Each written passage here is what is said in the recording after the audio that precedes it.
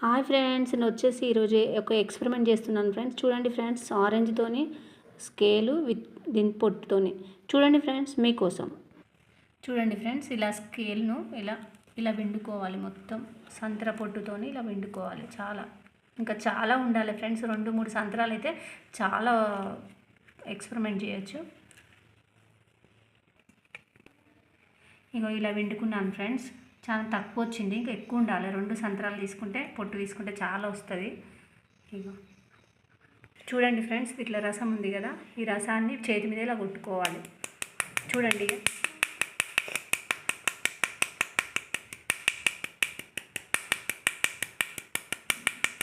చూడండి మొత్తం నా మొహం మీద పడుతుంది ఫ్రెండ్స్. లేసి